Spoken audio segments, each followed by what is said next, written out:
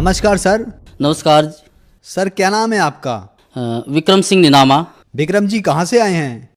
मैं ग्राम बिछिया, पोस्ट बड़ौदिया, तहसील सरदापुर, जिला धार, मध्य प्रदेश, भारत से हूँ।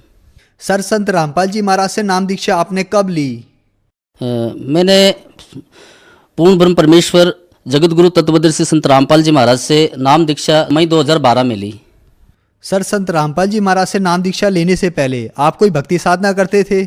जी हाँ, मैं हिंदू धर्म में जन्म होने के कारण से मैं जो हिंदू धर्म में जो भी देवी देवता हैं, ब्रह्मा विष्णु महेश, माता दुर्गा जी, गणेश जी और हनुमान जी, ऐसे देवी देवताओं की सबकी पूजा पाठ करते थे, जो हमको हमारे पूर्वजों ने या बता रखी थी, वैसी करते रहते थे जी।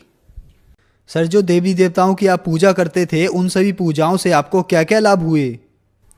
उन पूजाओं से मेरे को कोई खास लाभ नहीं हुआ। और उसके पहले मैं आपको थोड़ा बताना चाहूँगा कि मैं एक गुरु जी है जिनका नाम है गलाराम जी, उनके 1 लाख करीब शिष्य 1998 से मैं उनसे भी नाम लिया था। और उनसे मैं 1998 से लगा कि जब परमात्मा संत रामपाल जी महाराज के शरण में नहीं आया, जब तक उनकी साधना उन्होंने बताई वैसी करता था, तो उनसे मेरे को ऐसा कोई लाभ नहीं हुआ। और देवी देवताओं की भक्ति करते करते मेरी माता जी, जो मैं बचपन से देखता था, वो हमेशा बीमार रहा करती थी। ये दास संत रामपाल जी महाराज जी के शरण में नहीं आया उसके पहले तक वो बहुत बीमार रहती थी। मेरा भाई, हम 2 भाई हैं, मेरा छोटा भाई है, वो बहुत दारू पीता था। घर में अनाज हो या आटा हो खाने का, वो भी घर में से ले जा करके दारू वालों को दे करके पी जाता था। यहाँ तक कि सब्जी वगैरह हो, खेती बाड़ी में सब्जी पैसे नहीं रहते तो सब्जी या लकड़ी है, कोई भी घर में सामान जो है वो निकाल करके दारू वाले के दे करके पी जाता था। इतनी वो झगड़ा भी करता था, बहुत गलत गलत बोलता रहता था। फायदा तो नहीं हुआ, उल्टा तकलीफ में रहते थे, बहुत घर में कलह रहती थी जी। तो सर देवी देवताओं की भक्ति करने से आपको बहुत सारी हानियों को उठाना पड़ा, तो आप संत रामपाल जी महाराज की शरण में कैसे आए?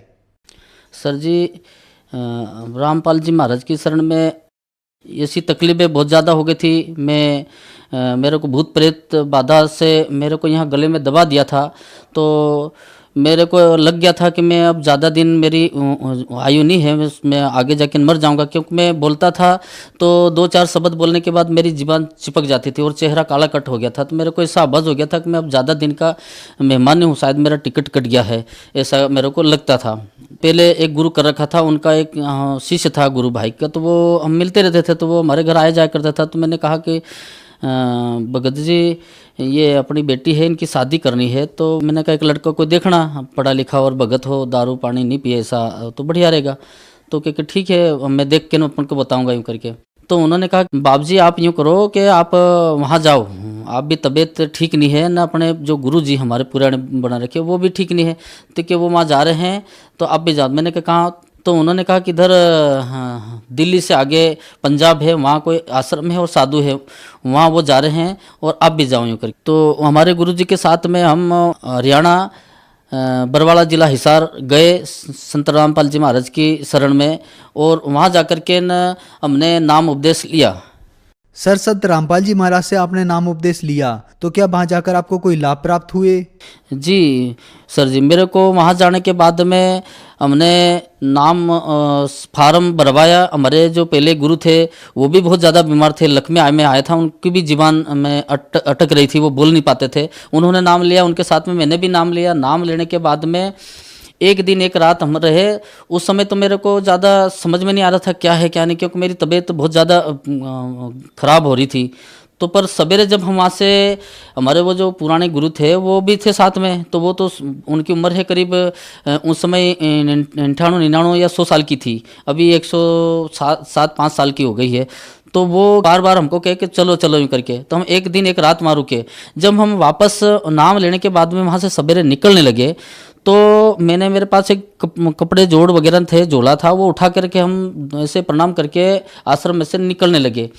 तो जैसे मैंने 1-2 कदम रखा और परमात्मा पूर्ण ब्रह्म परमेश्वर कबीर साहब संत रामपाल जी महाराज का, गुरु गोविंद जी वाला ऐसा बड़ी बड़ी फोटो लगी, उनके तरफ मैंने ऐसे देखते हुए प्रणाम करके और 1-2 कदम रखा था, वो झोला टांगा। और जैसे मेरे को लगा 1-2 कदम रखे कि मेरे शरीर पर कोई बहुत करोड़ों टन वजन रखा है, बड़े बड़े पहाड़ जैसा हमारे कर्मों का बोझ है, वो ऐसे हमारे शरीर से हटा करके अलग रख दिया और शरीर में से आवाज़ आई और मेरा चेहरा जो काला कट था वो एकदम से कभी बीमार ही नहीं रहा जीवन में, ऐसा हो गया मेरा।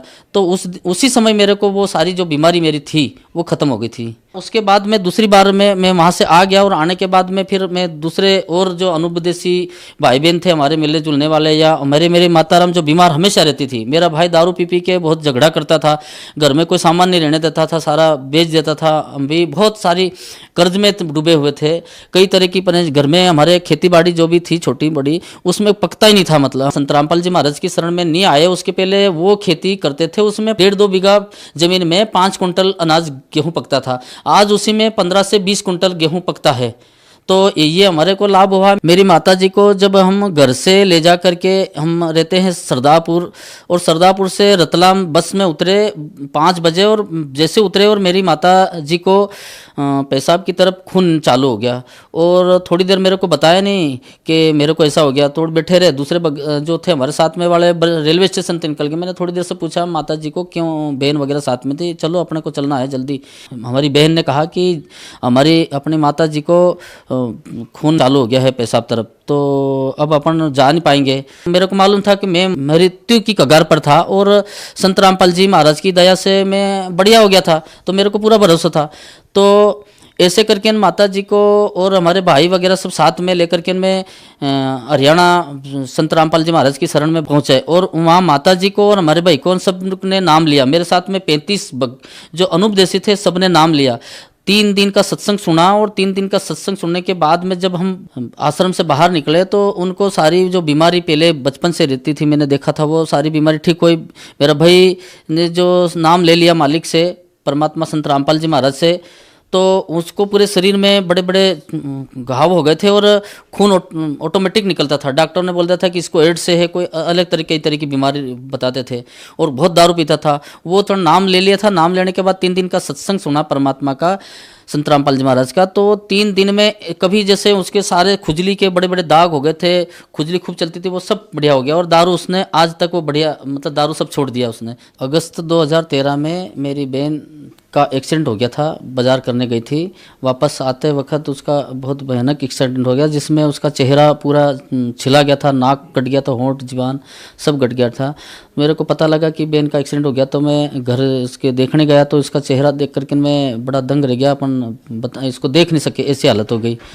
तो मैंने कहा कि बहन तुम्हें अपने गुरुजी से नाम ले रखा है तो बढ़िया वहाँ हो जाता है, कैसी भी भयानक समस्या हो या भी मौत आती हो तो भी अपनी टल जाती है।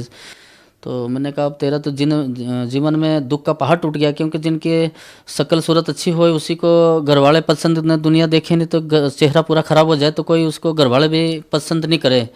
तो मैंने अपने मन में सोचा, उसको बोला भी सही। तो मैंने कहा चल यूँ कर, अपने संत रामपाल जी महाराज के शरण में नाम लेकर के न दंडवत प्रणाम करना और नाम ले ले, अपने मन के बात रखना कि भाई मेरे को परमात्मा संत रामपाल जी महाराज ठीक कर देना, ऐसा बोल देना तो अपने मन की बात। ऐसे मैंने अपनी बहन को कहा, और मैं उनके घर से फिर अपने घर आने के लिए एक भगत जी को बोला कि मैंने एक भगत जी अपनी बहन को एक्सीडेंट हो गया, चेहरा पूरा छिला गया, खराब हो गया है, तो क्या करें। तो उन्होंने कहा कि भगत जी यूँ करो, परमात्मा संत रामपाल जी महाराज को आश्रम पर फ़ोन लगा के अरदास लगा दो, यूँ करके कहा। तो मैंने वहाँ पर अरदास लगाई तो परमात्मा संत रामपाल जी महाराज का आदेश हुआ कि मालिक रजा करेंगे, बेटी को कहना कि नियम मर्यादा मेरे और आश्रम पर आके नाम ले ले। जब एक्सीडेंट हो गया था 2-3 रोज पहले की बात थी, तो उसको डॉक्टर ड्रेसिंग करते थे और रोज उसको नींद नहीं आती थी, क्यों पूरे शरीर चेहरे पर चमड़ियाँ सब निकल गई थी, कट फट गई थी, जीवान होंठ नाक सब,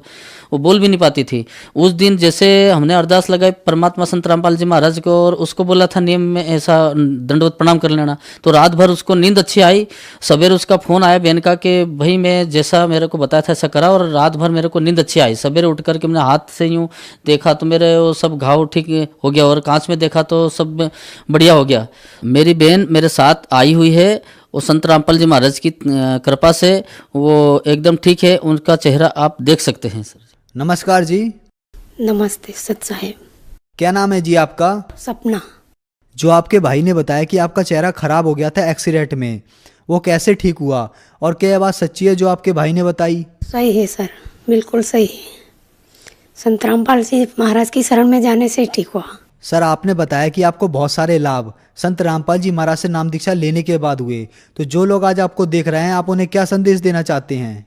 जो लोग इस दास को देख रहे हैं उन सबसे मैं प्रार्थना करना चाहता हूँ कि पूर्ण परमात्मा संत रामपाल जी महाराज परमेश्वर कबीर साहब के चोले में रूप में आए हुए हैं हम सब जीवों का कल्याण करने के लिए। मैं सबसे प्रार्थना करना चाहता हूँ कि वो संत रामपाल जी महाराज की शरण में सभी आए और नाम दीक्षा लेकर के अपना कल्याण कराए। सर, संत रामपाल जी महाराज से नाम दीक्षा कैसे ले सकते हैं? सर जी, संत रामपाल जी महाराज से नाम लेने के लिए आज बहुत सारे चैनलों पर संत रामपाल जी महाराज का सत्संग आता है। उस सत्संग के नीचे नंबर आते हैं संत रामपाल जी महाराज के, उस नंबर पर फ़ोन करके जो भी अपने नज़दीकी नामदान केंद्र है वहाँ पर जाकर के नामदान ले और अपना कल्याण कराए। धन्यवाद सर। सत साहिब।